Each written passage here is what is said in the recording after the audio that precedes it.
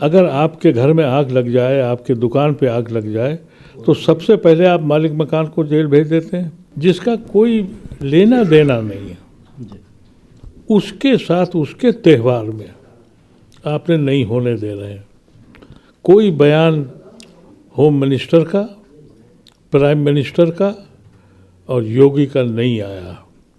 तो इसका मतलब यह है कि जो कुछ हो रहा है वो इनके कहने से, इनकी ईमा से हो रहा है। ये समझ ये रहे हैं कि हम जितनी ये गुंडागर्दी करेंगे मुसलमानों के ख़िलाफ़, क्रिश्चियंस के ख़िलाफ़, सिखों के ख़िलाफ़ और जितनी और माइनॉरिटीज़ हैं, हम 15 अगस्त 47 को दूसरे दर्जे के शहरी बना दिए गए पाकिस्तान बनने के बाद। ये जो गुंडागर्दी हो रही है बरेली में, जो आपने बता रहे हैं आप, ये कौन लोग हैं? शरीफजादे हैं। दसियों केसेस इनके ऊपर हैं, ये मुकदमे इनके ऊपर चल रहे हैं, इनकी बेल होती है, इनको पैसे दिए जाते हैं।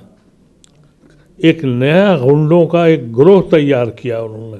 बच्चियां, लड़कियां अपने, उनको ये अख्तियार नहीं है कि वो अपने दोस्तों के साथ खाना खा सके। ये हिंदुस्तान को अगर ऐसे ही रहे तो ये हिंदुस्तान के टुकड़े टुकड़े करेंगे। मैं हूं शकील अहमद और आप देख रहे हैं न्यूज़ MX। हमारे साथ इस वक्त मौजूद हैं मोहम्मद अदीब, पूर्व मेंबर ऑफ पार्लियामेंट। हम बात करेंगे जिस तरह से अभी पिछले एक हफ्ते से लगातार ये देखने में आ रहा है कि मुसलमानों के ख़िलाफ़ ज़बरदस्त नफ़रत नज़र आ रही है। चाहे वो बरेली में एक रेस्टोरेंट में घुस करके वहाँ पर तोड़फोड़ करना, मुसलमानों को पीटना और उसके बाद पुलिस के ज़रिए मैन एक्यूज़्ड को यूं ही खुले छोड़ देना, या फिर गाज़ियाबाद की अगर हम बात करते हैं, गाज़ियाबाद में एक हिंदू रक्षा दल के ज़रिए लगातार न सिर्फ स्टॉल लगा करके तलवारें बांटी गई, बल्कि घर जा जा करके तलवारें बांटी जा रही हैं। वो बाकायदा सोशल मीडिया पर आता है, वीडियो अपने जारी करता है, चुनौती देता है पुलिस को, पुलिस उसको खुलेआम छोड़ रखी है। और अगर इसी तरह की हरकत कोई मुसलमान मामूली भी हरकत करता है तो उसके ऊपर कई तरह की धाराएं लगाकर सलाखों के पीछे भेज दिया जाता है। अदीब साहब, क्या कहने चाहेंगे? बिल्कुल नंगा नाच चल रहा है हिंदुत्व का। ये बिल्कुल आपने सही कहा। अब इनको कोई खौफ नहीं है, क्योंकि जो सैयां कोतवाल जब हुए हैं तो उनकी ईमा के बगैर ये हो नहीं सकता। और मुझे ये समझ नहीं आ रही है कि इनके ख़िलाफ़ मुकदमा क्यों नहीं होता। मुकदमा होना चाहिए होम मिनिस्टर के ख़िलाफ़, चीफ मिनिस्टर के ख़िलाफ़। उसकी वजह है, अगर आपके घर में आग लग जाए, आपके दुकान पे आग लग जाए, तो सबसे पहले आप मालिक मकान को जेल भेज देते हैं। और जिसके हाथ में लॉ एंड ऑर्डर है और वो लोग पुलिस को धमकाते हैं और पुलिस उनसे डरती है, तो फिर जिम्मेदारी मैं समझता हूँ कि होम मिनिस्टर और चीफ मिनिस्टर के ख़िलाफ़ मुकदमा दायर होना चाहिए। मैं इस मसले पे कई लोगों से मशवरा कर रहा हूँ कि ऐसे लोगों को जेल में बंद करना चाहिए। लेकिन देखिए, अब ऐसा है कि इनको कोई खौफ नहीं है। जो इन्होंने अभी क्रिसमस के मौके पर एक बहुत ही छोटी माइनॉरिटी है जिसका कोई लेना देना नहीं है, उसके साथ उसके त्यौहार में आपने नहीं होने दे रहे हैं। कोई बयान होम मिनिस्टर का, प्राइम मिनिस्टर का और योगी का नहीं आया। तो इसका मतलब यह है कि जो कुछ हो रहा है वो इनके कहने से, इनकी ईमा से हो रहा है। तो अब आप इस मुल्क को कहाँ ले जाके खड़ा कर दिया है आपने। मुझे तो ये नहीं अंदाज़ा हो रहा है कि अभी ये किस हद तक और जाएंगे।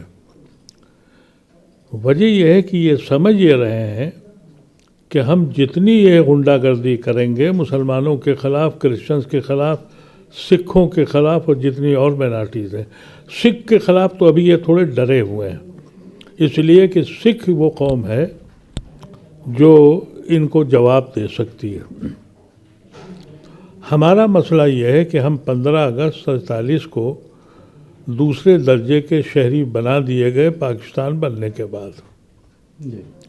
लेकिन क्रिश्चियन की तादाद इतनी कम है कि वो तो बिल्कुल बेचारे किसी उस पर है ही नहीं। उन्होंने अपने कल्चर को भी बिल्कुल डाइल्यूट कर दिया है, जो ये चाहते हैं वो करते हैं वो।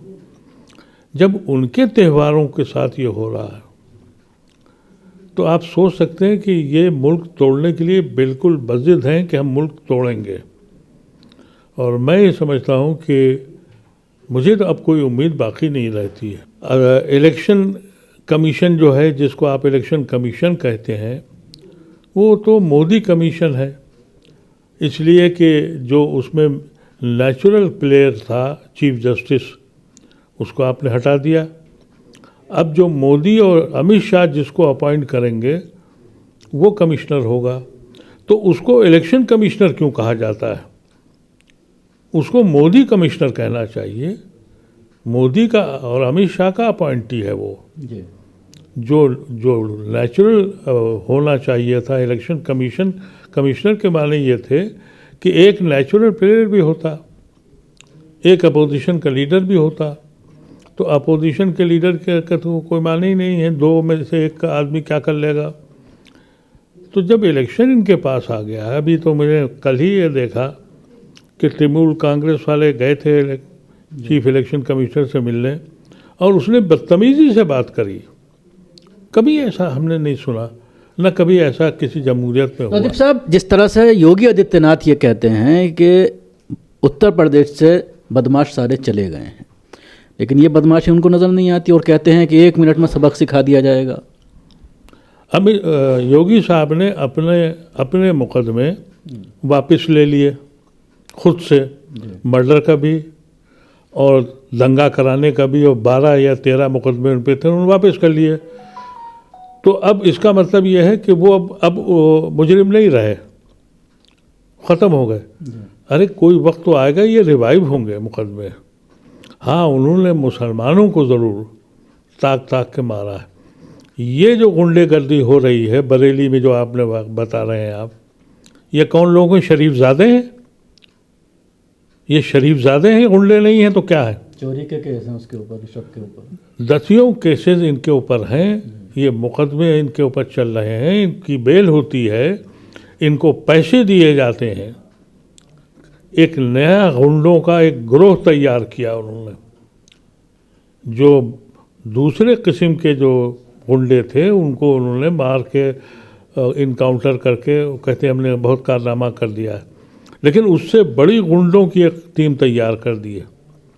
अब इंसान, औरतें, यानी वो बच्चियां, लड़कियां, अपने उनको ये अख्तियार नहीं है कि वो अपने दोस्तों के साथ खाना खा सकें। जब साहब, लेकिन ये सारी चीज़ें, आजकल ज़माना सोशल मीडिया का है। न्यूयॉर्क टाइम्स ने अभी परसों जो एक रिपोर्ट छापी है, आपने भी देखी होगी, आरएसएस को लेकर बड़ी चौंकाने वाली पूरी स्टडी रिपोर्ट सामने आई है कि 2500 उसके अंदर काम करने वाले हिंदू संगठन हैं जो पूरे देश की डेमोक्रेसी को ख़त्म कर रहे हैं, मुसलमान अल्पसंख्यकों के ऊपर हमले किए जा रहे हैं। उसके अलावा सोशल मीडिया के माध्यम से पूरी दुनिया में ये सारी चीज़ें जा रही हैं, चाहे वो हिजाब खींचने का मामला हो, चाहे वो रेस्टोरेंट का मामला हो, चाहे हथियार बांटने का मामला हो, चाहे मुसलमानों की लिंचिंग का मामला हो। उसके बावजूद इनके ऊपर कोई असर नहीं पड़ रहा। तो क्या ये इस चीज़ के लिए तैयार हैं कि एक बार हिंदू राष्ट्र बन जाए, बाद में देख लेंगे दुनिया को?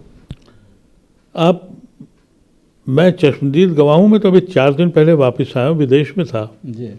और वहाँ मैं गवर्नमेंट के एक बहुत ही ज़िम्मेदार, जो वहाँ के हुकूमत के एडवाइज़र, उनसे जब मेरी मुलाकात हुई तो पहला जुमला उन्होंने बयान किया कि साहब आपके चीफ मिनिस्टर मुसलमान औरतों का हिजाब खींच रहे हैं।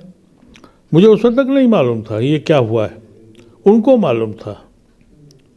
फिर मैंने दिल्ली फ़ोन करके अपने ऑफिस से पूछा तो मालूम हुआ कि ये नीतीश कुमार ने किसी डॉक्टरनी के साथ ही हरकत की है।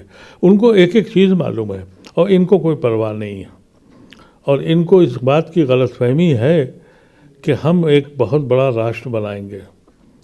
ये हिंदुस्तान को अगर ऐसे ही रहे तो ये हिंदुस्तान के टुकड़े टुकड़े करेंगे। इनको आप अंदाज़ा कीजिए कि जिस तरह के मजालिम हो रहे हैं, दुनिया का कोई मुल्क होता तो सड़कों पर खड़ा हो जाता, लेकिन इस मुल्क की हालत ये है कि यहाँ दिल्ली में पॉल्यूशन में लोग मर रहे हैं और चंद लोग जाके ये कह रहे हैं इंडिया गेट पर कि भाई हमारी इस आबहवा को ठीक करो। तो वो जेल भेजे जा रहे हैं और दुनिया खामोश है। यानी ये हक भी नहीं है कि हमको क्लीन एयर दे दो और अगर हम मांगे तो तुम जेल भेज दोगे। ये किसी को नहीं छोड़ने वाले हैं।